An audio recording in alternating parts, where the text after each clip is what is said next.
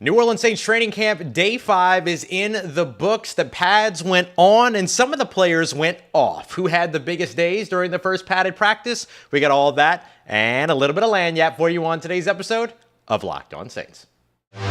You are Locked On Saints, your daily New Orleans Saints podcast. Part of the Locked On Podcast Network, your team every day.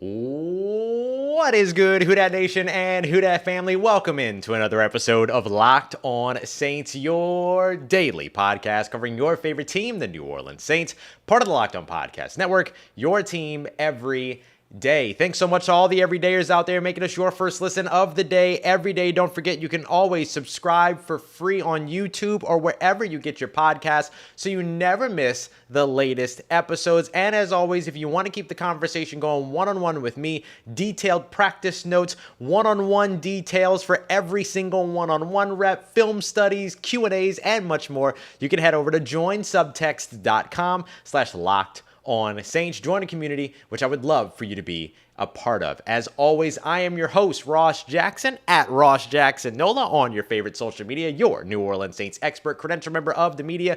You can find me as the senior writer and reporter over at Saints News Network, Sports Illustrated's Fan Nation site, covering the New Orleans Saints every Tuesday on the Locked On NFL podcast, and here with you every single Monday through Friday, and then some on Locked On Saints. And on today's live episode of Locked On Saints, big shout out to everybody that's here live or whether you're watching or listening later. Appreciate y'all very, very much for being a part of the show. On today's episode, we're taking a look at the play of the day as Haener and Rashid Shaheed take flight. We'll also get you some of the other finer notes from throughout the day as well. We're going to take a look at how the New Orleans Saints continue to innovate during practice and training camp with how the Saints have worked on eye discipline over on the defensive side. But first, like I said, those pads went on and the players went off. Who had the biggest days of New Orleans Saints training camp day 5? Let's get to it. So I want to start off by highlighting here that the physicality was way up today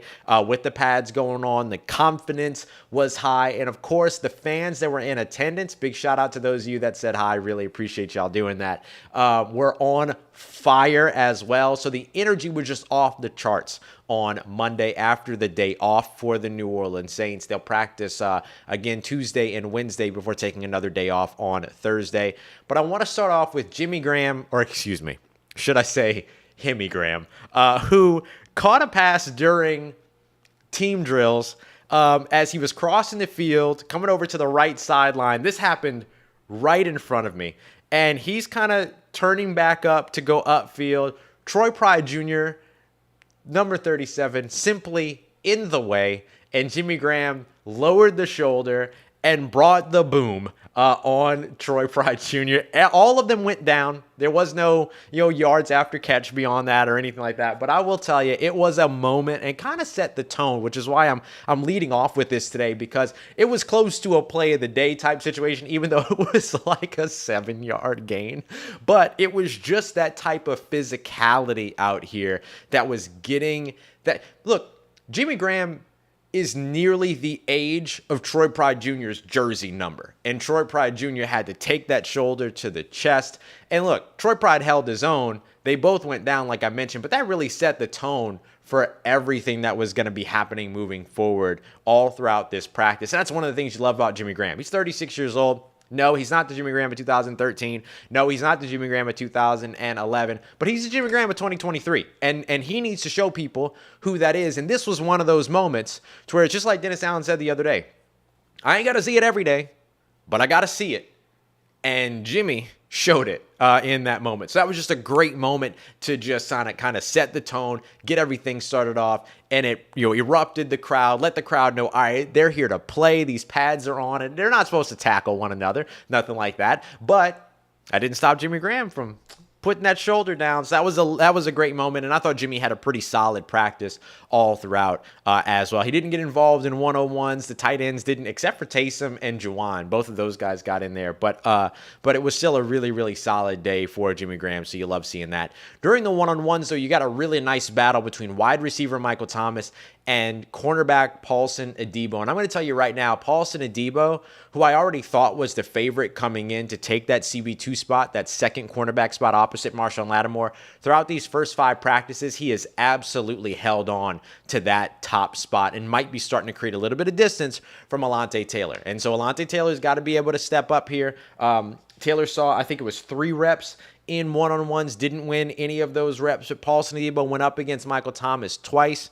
And Michael Thomas, or on the first one, Michael Thomas is kind of running this outbreaking route, kind of coming back towards the quarterback over on the right side. This pass was thrown by Jameis Winston, but that's not really relevant. It was a good pass. It was just that Paulson Adebo just went after that football. He crashed down on Michael Thomas, fought for the football. It kind of bobbled around a little bit, and Paulson Adebo came up with it. So that's only the second interception in camp so far, but it was during one-on-ones, not the same as one happening during those team drills. But this is a drill, the one-on-one drills, that are heavily weighted towards the wide receiver. And so being able to see a guy like Paulson Adebo come out the other side with that interception, that was really good. But Michael Thomas got him back later on. Derek Carr at quarterback, great back shoulder throw. Michael Thomas laying out to bring it in. We saw Michael Thomas hit the ground a couple of times today, not because of anything, other than him just hustling, right? And going after the football and diving for passes and stuff like that. Pop right back up and getting back on his way. So you love seeing all that. Jake Haener shined today. We'll talk more about him later. Kendre Miller showed you how tough he runs when the pads come on. I thought Carl Granderson, Tano Passanio, and Peyton Turner all look good again. They each flashed at different times. I have a note here. I have notes here from some of these pass rushes where I've got 92 with the pressure, 92 with the pressure, 92 with the pressure in 3 out of 4 plays.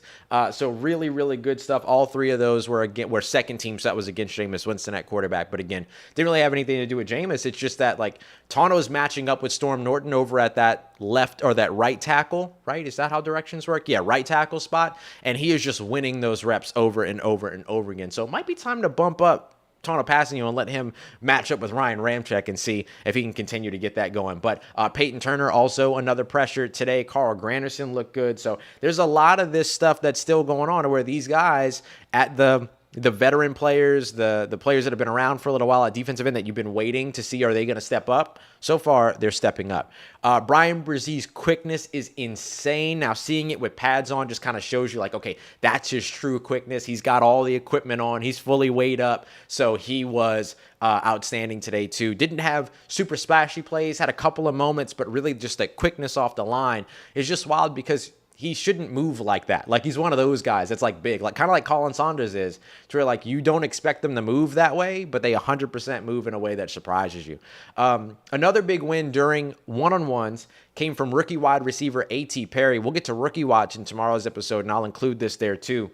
But A.T. Perry skying up to bring in a pass up against Isaac Yiadom, another one that was kind of placed towards that outside shoulder, very, very much like the one that Michael Thomas brought in on the back shoulder catch where he had to kind of contort and dive in order to make it, and it was a contested catch. And this is what we were talking about. Once the pads come on and the one-on-ones happen, A.T. Perry might get to a point where he can start to build some confidence. You're starting to see that right now. That one-on-one was such a big win for him.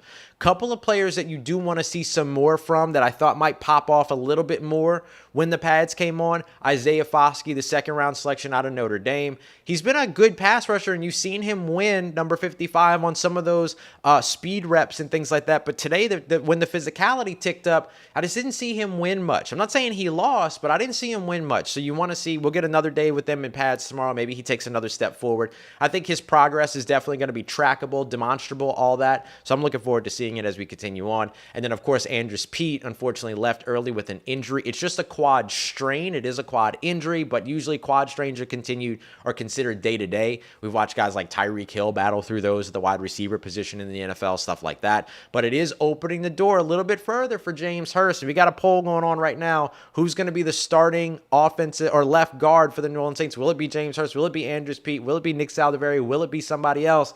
And right now, James Hurst 42% of the vote. He's looking really good right now. So if you want to chime in on that, let me know who you think is going to be starting at left guard. But right now, James Hurst might be getting more opportunities than we expected as we continue on. All right, so that gives us just a couple of notes. We're going to dive a little bit deeper in throughout the rest of the episode here. But next, I want to take a look and shift focus to the defensive side of the football and what the coaches are doing during training camp. Training camp sometimes gives you the opportunity to implement some new stuff, and the New Orleans Saints are always about innovation. So what are they doing to help their defensive backs with eye discipline is really, really interesting. So we're going to break all that down as we continue on with today's episode of Locked On Saints, part of Locked On Podcast Network, your team every day. And today's episode of Locked On Saints is brought to you by our friends over at FanDuel, America's #1 sportsbook. So if you want to take your first swing, if you haven't used FanDuel before, at betting with the MLB or betting on MLB, over at FanDuel, you're going to be able to get 10 times your first bet amount back in bonus bets up to $200. So if you put down, let's say $20 on, let's say, a money line or something like that, you're going to land $200 back in bonus bets, win or lose. Now, that's $200 that you can use on other money lines, or maybe you can look at some over-unders, or maybe you want to put it on who you think is going to hit the first home run in a game, all on an app that's safe, secure, super easy to use. Plus, when you win, you get paid out instantly. There's no better place to bet on MLB action than FanDuel, America's #1 sportsbook. So sign up today. Visit FanDuel.com/LockedOn so you can get up to $200 in bonus bets. That's FanDuel.com/LockedOn. FanDuel, official partner of Major League Baseball. All right, family, continuing on with today's episode of Locked On Saints. New Orleans Saints never shy when it comes to trying new things, when it comes to innovating and trying to find some innovative ways to help out their players. And the newest entry in that catalog of things that they've done, including RFID's player tracking, further analytics, bringing in their director of sports science, who's like sharing stuff on Twitter, Matt Rhea, if you want to go check that out, and much more. They now have a new thing that they have brought in to help their defensive backs. Appreciate you, as always, y'all, for making Locked On Saints, for all you everydayers out there, your first listen of the day every day.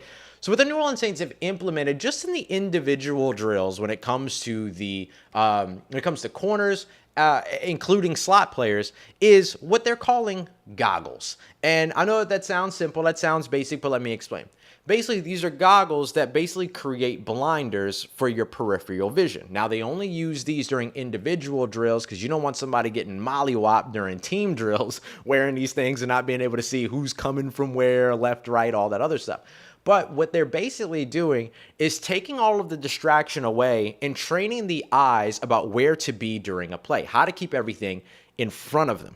And so the thing that's really interesting about that is that it allows these defensive backs, and Dennis Allen spoke on it, I also spoke to Isaac Yiadom about it, it allows them to just sort of go through their reads and their progressions, because defensive players have progressions too. 1, what's going on? 2, how are they adjusting? 3, there'll kind of be a 1, 2, 3 as Dennis Allen laid out. So is this player breaking towards the inside, or they breaking toward the outside, or are they going, are they going north and south, like that kind of thing?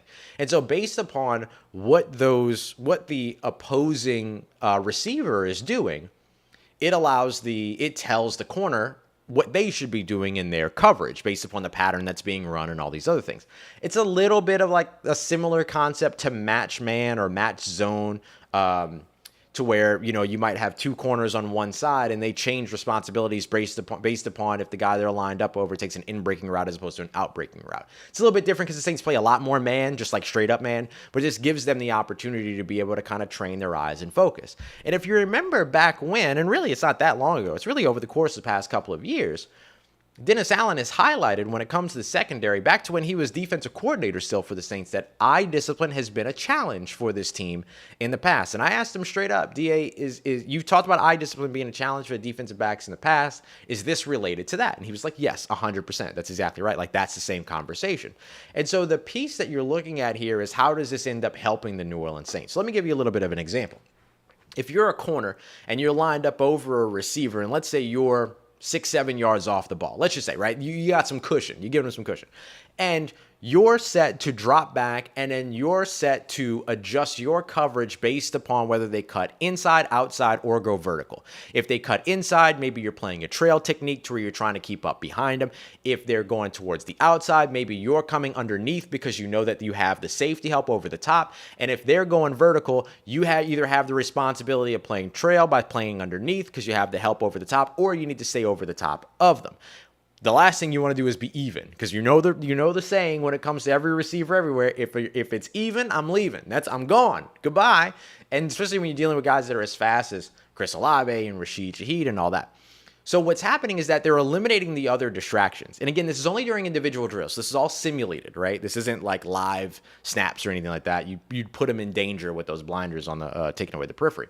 And so with those, what it's keeping you from doing is paying attention to, all right, so what's going on over here? What's going on over there? And Isaac Yiadom kind of spoke about it as like, if I'm paying attention to too much and I'm trying to maybe like take a peek at the quarterback or something like that, I could get juked because this DB is going to fake toward the outside and then cut in, or they're going to push up and then cut out, or they're going to fake towards the inside and cut out, or go north, go north and south, get vertical, all that. So I don't want to be distracted by what's going on over in my periphery. I want to be locked in on what's going on. So it's about training the eyes to get all that. Somebody in the chat said even loses. That's 100%. So this is just like another level, to borrow from actually Hayden Jose just said that. It's another level. And so these are the things that I think can be difference making for the New Orleans Saints defense. You want to know why the New Orleans Saints defense is so good year in and year out? Because they're constantly doing things that allow them to challenge themselves. There's never really sort of felt like they're ever in a situation to where they're content, or that they're not trying to push the boundary a little bit or try something or create another obstacle for themselves. And so you're seeing this benefit a lot of these players. And everybody's doing this, from Marshawn Lattimore to Alontae Taylor to Troy Pride to, Bradley Roby. Like, all these cornerbacks are doing this and training these eyes. That way when those goggles come off, the eyes end up trying to pick up the action that they've routined, right? So it's about habit building, habit forming. It's kind of like what we discussed with the tight ends, where Clancy Barone, the New Orleans Saints tight end coach, instead of having them do pass blocking drills, then run blocking drills, then pass catching drills, kind of moves them all around, simulates a drive, gets them in a rhythm, builds habits. Because when you're out on the field, you're not just doing run for 5 times, then you're pass blocking for 5 plays, then you're pass catching for 5 plays on a 15-play drive. Nah, you're run, then you're pass catching, you're running route, and then you're blocking, and then you're kind of doing all these other things. So it's about habit building. Now you're seeing that with these DBs, where they're not only habit building themselves, they're habit building their subconscious. These are where my eyes go, because every time that I've been working with these individual drills and kind of working all these different patterns and everything and what I'm supposed to be watching, this is what I'm used to. I'm used to not having my peripheral vision. I'm locked into what's going on right in front of me. So they're subconsciously training their eyes to do that once those blinders come off, so that they can be a little bit more disciplined in terms of where they're looking. I think that this is invaluable. I think this is a really, really cool extra piece that the New Orleans Saints are adding in. And there's a real on-field transition that goes into any of this. And so I think that that's a big piece in terms of what it is that they're doing. So I just think that's a really, I said that already. I think it's cool. And I do think that it has real in-game translation in terms of allowing this team to be better, more disciplined, and making the right choices over on the defensive side. All right, coming up next, we're going to take a look at the play of the day and get to some of the other notes that I haven't gotten to yet, including how Will Lutz did and how far he kicked from today, because he put on a little bit of a show during today's training camp practice. If you have questions while you're here live, drop those questions in the chat. I'll gather some of them up and answer them in tomorrow morning's episode as we continue on with our two-a-days. But we got some more of your notes, as well as, of course, the play of the day coming up for you as we continue on and wrap up today's episode of Locked On Saints, part of the Locked On Podcast Network, your team every day.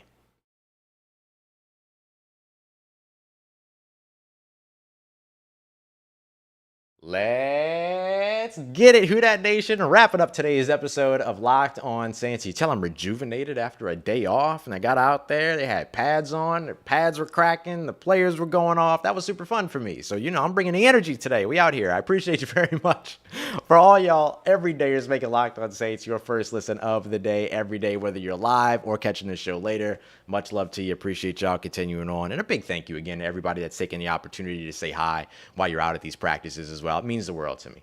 All right, so let's talk about the play of the day, man. So the play of the day, I just got to highlight Jake Haener here. Jake Haener, the New Orleans Saints rookie quarterback. They traded up to go and grab this kid out of Fresno State. Of course, he's got the same alma mater as Derek Carr. Drew Brees was one of his favorite quarterbacks when he was growing up. New Orleans Saints were like his favorite team growing up. He's got this picture of him with a football in his arm. He's got the Drew Brees jersey on. I feel like he had a cape. I can't remember if he had a cape. I don't know, but he loves it. And he's here now in New Orleans, and he put on a little bit of a show today. And this was a day to where he's stacking good days now. And look, I'm not about to sit here and talk about how Jake Haener is going to be the future of the New Orleans Saints franchise and stuff like that. Like, he's had some really good training camp practices. There's no need to put more pressure on the kid than that. The grown man, because he made a grown man throw out there today. So what we saw today was him take a snap during team drills, get back, good protection, had some time,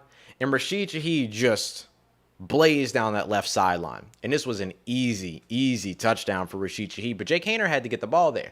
And you remember that through a lot of Jake Haener's draft process, which you hear a lot about is the mental processing. You hear a lot about the ball placement, accuracy, composure, those things, which are all great qualities. But you never really heard a lot about Jake Haener when it came to arm strength and arm talent, right? And arm talent to me is the combination of strength, placement, accuracy, anticipation, all those kinds of things, being able to throw somebody open, hit a spot, all that. Yo, when I tell you he threw a perfect pass to Rashid Shaheed down the field for a touchdown as he left Adrian Fry in the dust. Y'all, Rashid Shaheed is so fast. And Doug Mouton and I always talk about how he looks faster in that 22 than he did in 89. I don't know what it is, but it works out. But he put that ball out there, and Rashid Shaheed ran up under that thing, easy catch into the end zone, and able to take it out. It was a beautiful play, and it was a perfect training camp highlight. It's a quintessential training camp highlight, right? Because it wasn't just some wide receiver off the street that got brought in that everybody calls a camp body, and then he comes out and makes big plays, and then we start talking about him as a camp sleeper or a camp star. This was the Rashid Shaheed, and Rashid Shaheed is way more than a returner. And we've talked about that for ages on the show. From the moment that they signed him, if you're an everydayer and you've been around for a while, it's in the moment that they signed him as a UDFA, I was like, watch out for this dude. He's more than a returner. He's a blazer on the field. And now he's developed even further as a route runner. And I think that one of the things that I want to highlight about him is that small number, less weight. I'm telling you, that 22, man, makes he look faster. But one of the things that I want to highlight is I asked my apologies. I asked Isaac Yiadom about covering Rashid Shaheed because he's been tasked with that a couple times. And a couple days ago during one of I can't remember if it was 7-on-7s or if it was teams, I apologize. But Rashid Shaheed got loose downfield. Isaac Yiadom was in coverage. The ball was placed well. It should have been a touchdown. But Isaac fought through. He kind of lost the rep. Got caught up, fought through the hands, knocked the ball out, didn't panic, remained composed. And so I asked him, how hard is it to get that done, especially against a guy with that kind of speed in Rashid Shaheed? Because you kind of have to buy the downfield release. You have to buy the verticality. You have to believe he's trying to run past you. And Isaac confirmed that. And I've talked about that on the show a couple of times, but I was like, okay, let me ask this question so that if I'm wrong, I can go back and say, hey, I was wrong. But Isaac basically saying, yeah, you can't play too high over the top of him because then you give him the underneath release if he wants to break out or break in. But then you can't let him get even because, again, if it's even, he's leaving. So you can't lose to him that way. And he kind of said, that's what happened to me. And so I had to recover.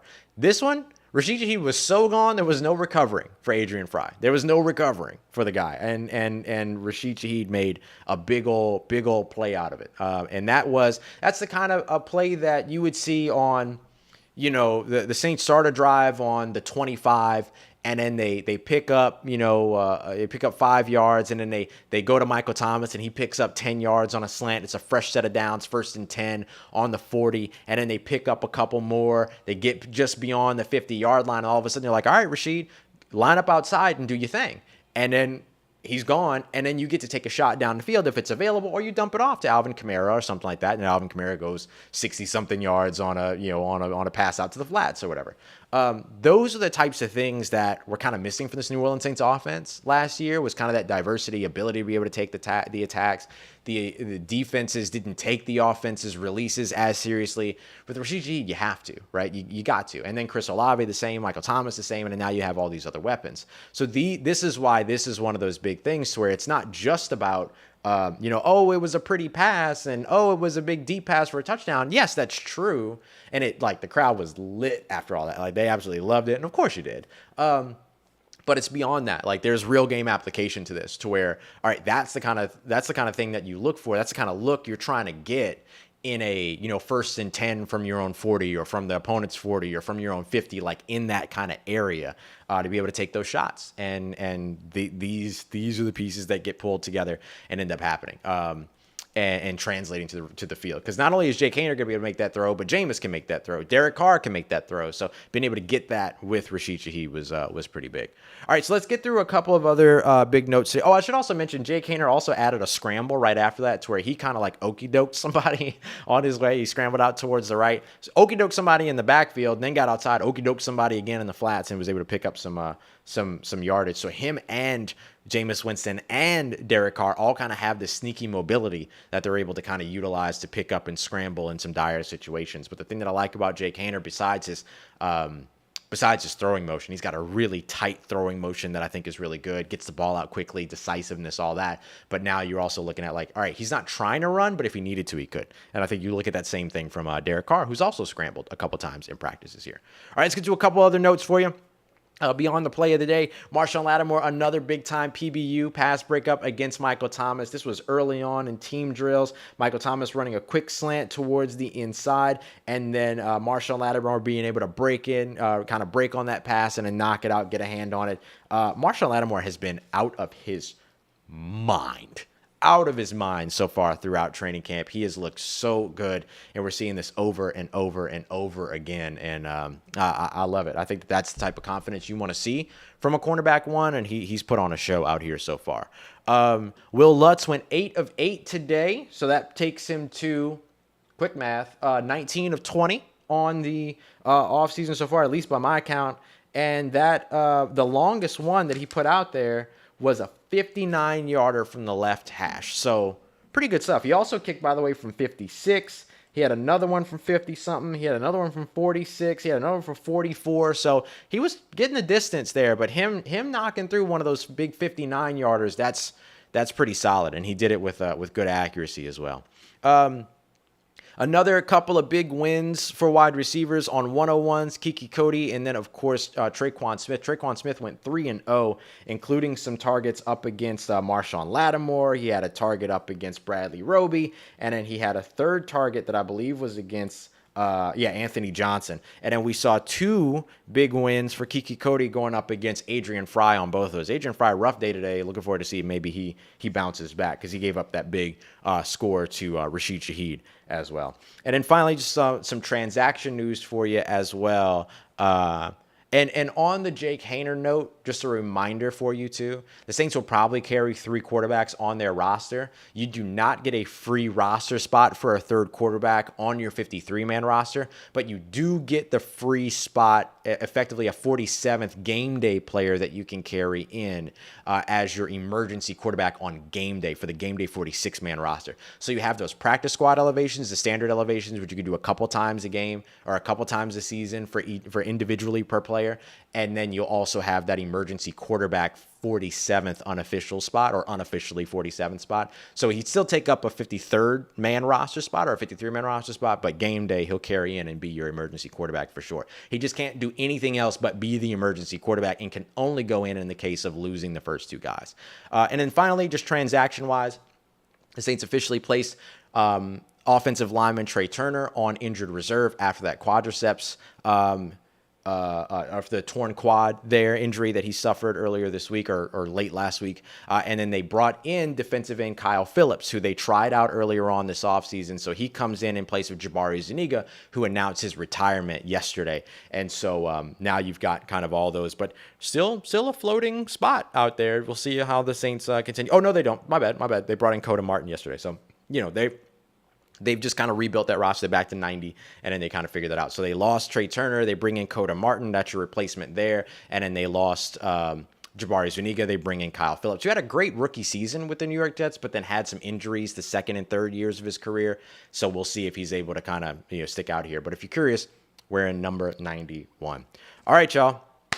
I appreciate y'all very much for being here for another live episode of Locked On Saints. This one was a lot of fun. We had a lot to cover. I think we got through it pretty good. We'll get further in depth, more in detail tomorrow morning as we dive in a little bit further in terms of how we're really feeling about this New Orleans Saints team after the first padded practice. What do we want to see after the second padded practice? And then, of course, we'll also take a look at Rookie Watch, get you caught up on everything there. Get your questions in the chat as well so I can grab some and then use them throughout the week and get those questions answered. I appreciate y'all as always for being here, making Locked On Saints your first listen of the day, every day, all you everydayers out there. Appreciate you as always for making Locked On Saints a part of your day, part of your routine, for saying yes to me and the show. As always, if you see me, say hi. And if you need anything else around your New Orleans Saints in between these episodes, make sure you follow me on your favorite social media at Ross Jackson, NOLA. Hit me up. Let me know how the family's doing. Let me know how you're living. Let me know how you're momming them. And trust you, that nation. I'll holla at you.